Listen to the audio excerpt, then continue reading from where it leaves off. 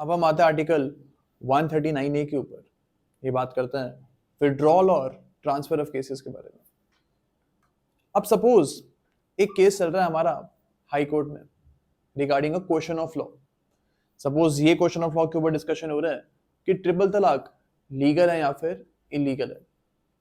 Supreme court भी इसी question of law के ऊपर अपनी हियरिंग्स कर रहा है।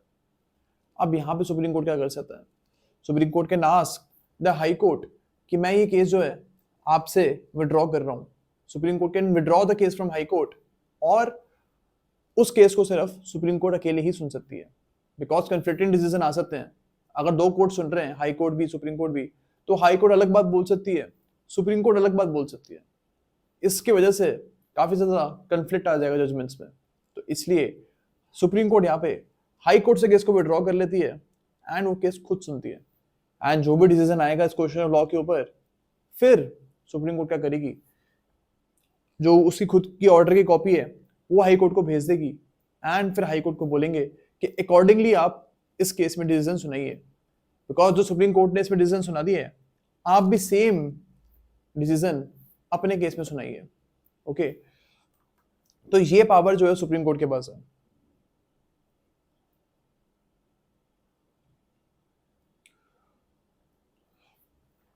अब हम आते हैं क्लॉज 2 के ऊपर।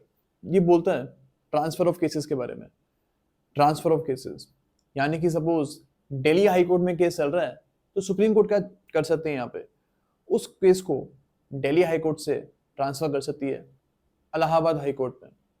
ये ट्रांसफर की पावर भी सुप्रीम कोर्ट के पास है। ये नॉर्मली उन केसेस में होता है जहाँ पे बायस का एलिगेशन हो सकता है, या फिर यहाँ अगर सपोज पुलिस इन्वेस्टिगेशन दिल्ली में अगर अच्छे से नहीं हो पा रही है, उस केस में सुप्रीम कोर्ट क्या करेगी, दिल्ली से इलाहाबाद हाई कोर्ट में वो केस को ट्रांसफर कर देगी।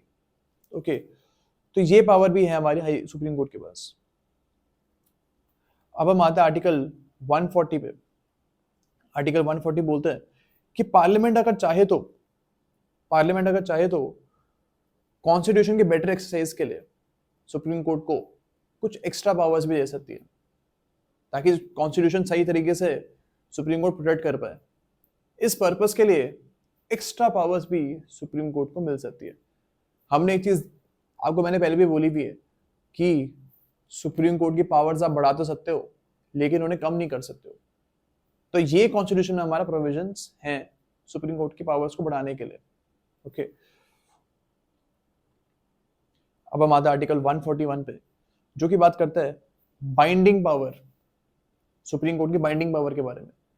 जो भी डिसीजन हमारी सुप्रीम कोर्ट देती है वो देश के हर एक कोर्ट के ऊपर बाइंडिंग होगा, चाहे वो हाई कोर्ट हो, डिस्ट्रिक्ट कोर्ट हो, ट्रायल कोर्ट हो, स्मॉल कॉज कोर्ट हो, कोई भी कोर्ट हो, उनके ऊपर सुप्रीम कोर्ट का डिसीजन बाइंडिंग होगा।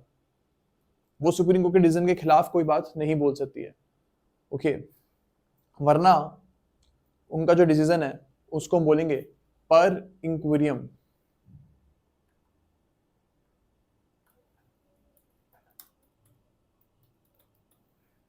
ओके, इसका क्या मतलब है, अगर कोई डिसीजन आप सुप्रीम कोर्ट के सेट प्रिंसिपल से खिलाफ देते हो तो वो डिसीजन पर इंक्विरियम होगा एंड वो स्ट्रक डाउन हो जाएगा आगे जाके, उसकी कोई वैलिडिटी आगे जाके नहीं होगी। ओके, तो this is what article 141 says. अब हम आते हैं इसके आर्टिकल 142 के ऊपर। ये बात करता है extraordinary powers of supreme court. Supreme court किसी केस में जस्टिस करने के लिए अपनी एक्स्ट्राऑर्डिनरी पावर्स का इस्तेमाल कर सकती है। सपोज के प्रोविजन के बारे में सीआरपीसी भी साइलेंट है, एविडेंस एक्ट भी साइलेंट है, और कोई और एक्ट भी साइलेंट है, उसके ऊपर कोई प्रोविजन है ही नहीं, तो सुप्रीम कोर्ट क्या करेगा, सुप्रीम कोर्ट जस्टिस करने के लिए खुद से ही उस प्रोविजन पे डिसीजन दे देगा। इवन दो कोई लॉ उसके ऊपर बना नहीं हुआ है, स्टिल सुप्रीम कोर्ट उस पर डिसीजन दे सकता है। ओके, अब जैसे कि कॉन्सेप्ट है हम पढ़ेंगे हिंदू लॉ में, it talks about irretrievable breakdown of marriage. जहां पे मैरिज बचाई ही नहीं जा सकती है, उस केस में डाइवोर्स की फॉर्मेलिटीज में पढ़ने की जरूरत नहीं है। जो टाइम लगता है डाइवोर्स में, वो टाइम आपको वेस्ट करने की जरूरत नहीं है। एंड सुप्रीम कोर्ट जो है उस केस में खुद से ही डाइवोर्स ग्रांट कर सकता है। इवन दो वो 6 मंथ्स की जो वहां पे आप पढ़ेंगे हम उसमें कि एक रिक्वायरमेंट होती है, कूलिंग ऑफ पीरियड आपको काटना पड़ता है, उसी के बाद आपको डिवोर्स ग्रांट होता है। तो ये जो पीरियड है उसको सुप्रीम कोर्ट वेव ऑफ कर सकती है और डायरेक्टली डिवोर्स ग्रांट कर सकती है। तो वो कौन से प्रोविजन में करेगी?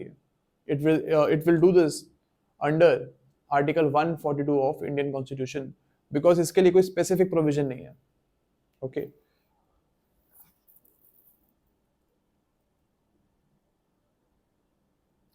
अब हम आते हैं इसका आर्टिकल 143 के ऊपर। 143 बोलते हैं कि प्रेसिडेंट अगर चाहे तो सुप्रीम कोर्ट से ओपिनियन ले सकता है किसी केस के ऊपर। ओके अगर कोई केस पब्लिक इंपॉर्टेंस का है तो फिर प्रेसिडेंट उस केस पे सुप्रीम कोर्ट का ओपिनियन ले सकते हैं।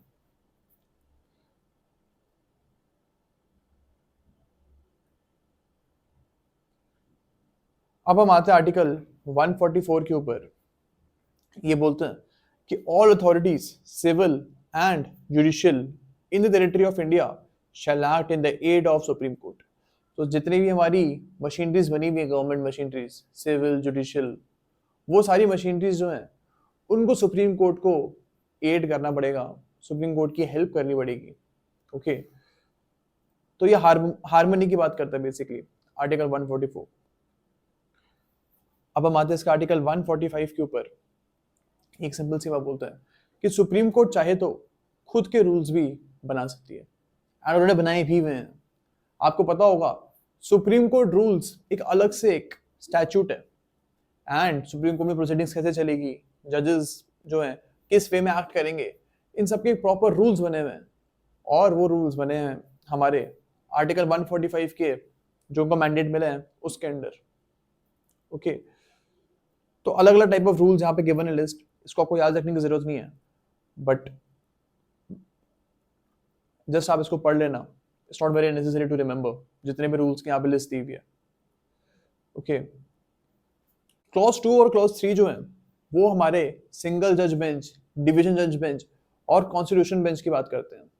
तो अगर सुप्रीम कोर्ट की जो बेंच है उसमें एक ही जज है तो हम उनको ऑब्वियसली बोलेंगे सिंगल जज बेंच। अगर सुप्रीम कोर्ट की जो बेंच है वहां पे 2 जजेस हैं तो हम बोलते हैं डिवीजन बेंच। और अगर सुप्रीम कोर्ट के जजेस 5 हैं, 5 जजेस एक केस को सुन रहे हैं, तो हम उस जज की बेंच को बोलते हैं कॉन्स्टिट्यूशनल बेंच।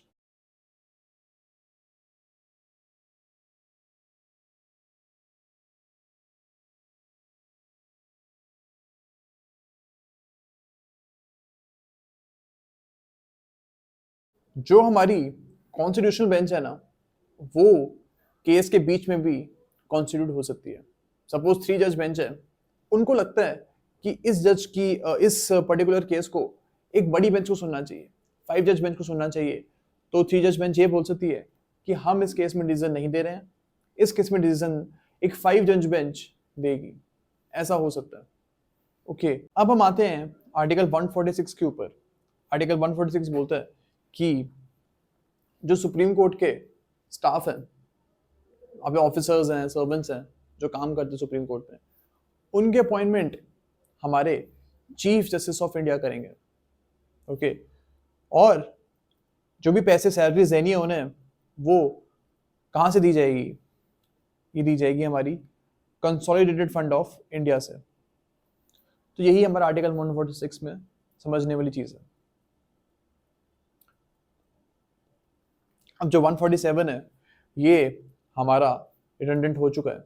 ये बोलता है कि जो गवर्नमेंट ऑफ इंडिया एक्ट है 1935, उसमें भी आपको कुछ इंटरप्रिटेशन चाहिए तो भी सुप्रीम कोर्ट उसकी इंटरप्रिटेशन कर सकता है।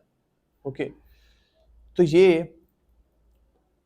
अब तो obviously government of India act 1935 का कोई यूज होता नहीं है, बट स्टिल उस टाइम पे 1950 में ये चीज उन्होंने प्रोविजन दिया हुआ था हमें।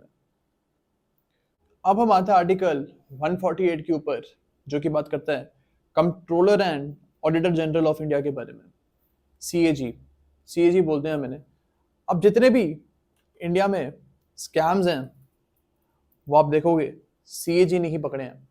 सीएजी का काम क्या होता है कि गवर्नमेंट की एक्सपेंडिचर्स और रेवेन्यू इनको एग्जामिन करता है सीएजी, एंड उसके बाद अगर कोई स्कैम दिख रहा है तो वो स्कैम को सीएजी जो है फ्लैग करता है पार्लियामेंट में, और ऑब्वियसली कोई स्कैम नहीं दिख रहा है तो भी जो अपनी रिपोर्ट है सीएजी वो पार्लियामेंट में वो पेश करेगा।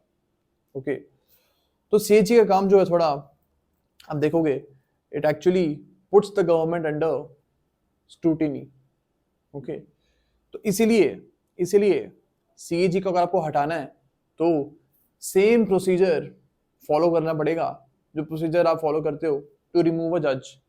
एक जज को रिमूव करना हमने पढ़ा था, बहुत ज्यादा डिफिकल्ट है, कितनी सारी रिस्ट्रिक्शंस हमने देखी थी, उनको अगर हम सेटिस्फाई करेंगे तभी एक जज इम्पीच हो सकते हैं। आज तक देखोगे आप एक भी जज हमारे इम्पीच नहीं हुए हैं, because it's very very difficult to remove जज। And same is the case with CAG, because CAG को भी अगर आपको हटाना है तो सेम प्रोसीजर आपको फॉलो करना पड़ेगा। इसमें एक और चीज बोली गई है कि एक बार अगर आप सीएजी अपॉइंट हो गए उसके बाद आप गवर्नमेंट ऑफ इंडिया के लिए या किसी और गवर्नमेंट के लिए कभी काम नहीं कर सकते। You can not be working for any government, whether government of India or government of any state of India, if you are a CAG. Okay, तो रिटायरमेंट के बाद आप नहीं कर सकते काम।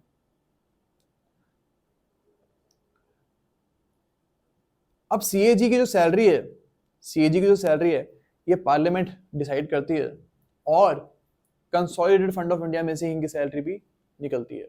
ओके, तो यही चीजें हमें कुछ समझनी है सीएजी के रिस्पेक्ट में।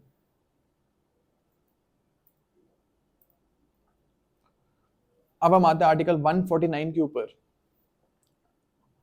आर्टिकल 149 इसको हम रीड करते हैं। The controller and auditor general of India shall perform such duties and exercise such powers in relation to the accounts of the union and the states and of any other authority of the body as may be prescribed by or under any law made by the parliament। तो यही हमने पढ़ा था कि CAG जो है union और states के अकाउंट देखेगा एंड कोई भी इशू होगा तो उसको फ्लैग करेगा। The accounts of the union and states shall be kept in such form as the president may prescribe। तो ये जो रिपोर्ट बनेगी सीएजी की ये उसी फॉर्म में बनेगी जिस फॉर्म को प्रेसिडेंट ने अप्रूव किया हुआ है।